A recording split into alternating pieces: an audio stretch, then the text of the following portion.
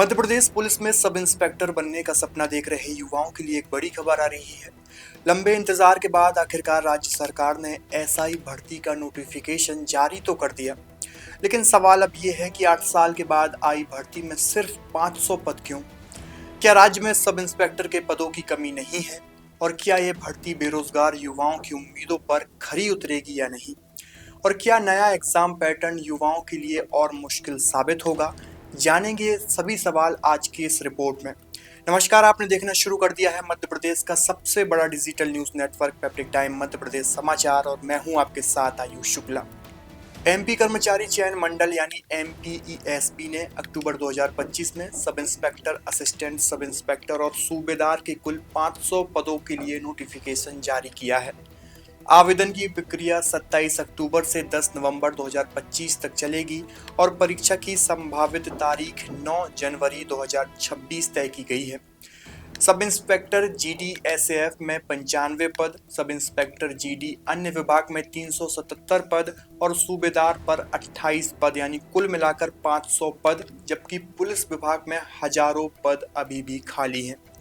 इस भर्ती का इंतजार युवाओं को लगभग 8 सालों से था। पिछली बड़ी भर्ती 2016 से 18 के बीच में हुई थी। उसके बाद से लगातार फाइलें अटकी रही, नोटिफिकेशन टलते रहे और हजारों उम्मीदवार उम्र की सीमा पार कर चुके हैं।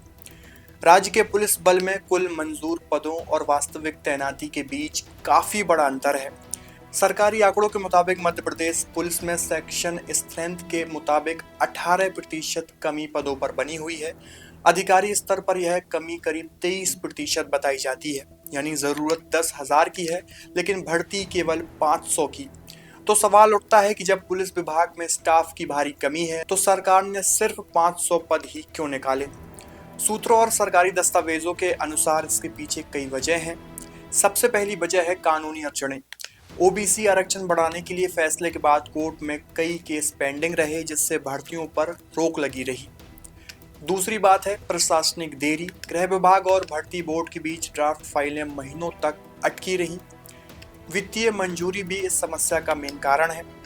पुलिस बल बढ़ाने के लिए अतिरिक्त बजट की अनुमति जरूरी थी, जो अब जाकर मिली है। अगला कारण है पुरानी भर्ती में अनियमितताओं की जांच। पिछली कुछ परीक्षाओं में गड़बड़ी के आरोपों के बाद सरकार अब प्रोसेस को पूरी तरह पारदर्शी बनाना चाहती है। इस बार एसआई भर्ती का पैटर्न भी बदल चुका है। अब उम्मीदवारों को 3 चरणों से गुजरना होगा। पहला, प्रारंभिक परीक्षा यानी प्री एग्जाम।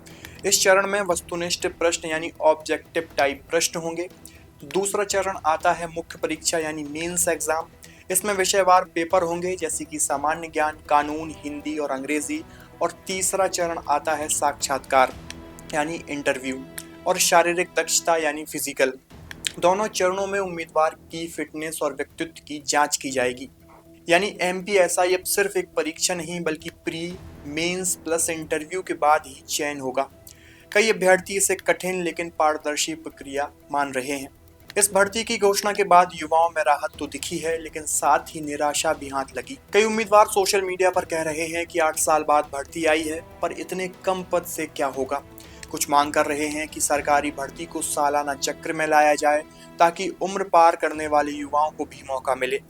राज्य सरकार का कहना है कि यह सिर्फ पहला चरण है और आने वाले 3 वर्षों में करीब 22,000 से अधिक पुलिस पदों पर भर्ती की योजना बनाई जा रही है।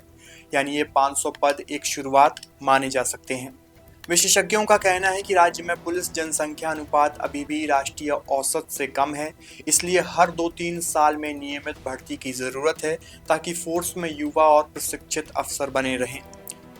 तो 8 साल के लंबे इंतजार के बाद शुरू हुई ये भर्ती कई उम्मीदें लेकर आई हैं, लेकिन सवाल अब भी कायम है कि क्या 500 पदों से पुलिस बल की कमी पूरी हो पाएगी और क्या आने वाले सालों में युवाओं को हर साल मौका मिलेगा? ये सवाल अभी भी बना हुआ है। फिलहाल युवाओं की निगाहें जनवरी 2026 की परीक्षा और सरकार की अगली भर्ती योजना पर टिकी हुई हैं। आपकी इस पूरी खबर को लेकर क्या राय है? कमेंट बॉक्स में अपनी प्रतिक्रिया जरूर दीजिए। शुक्रिया।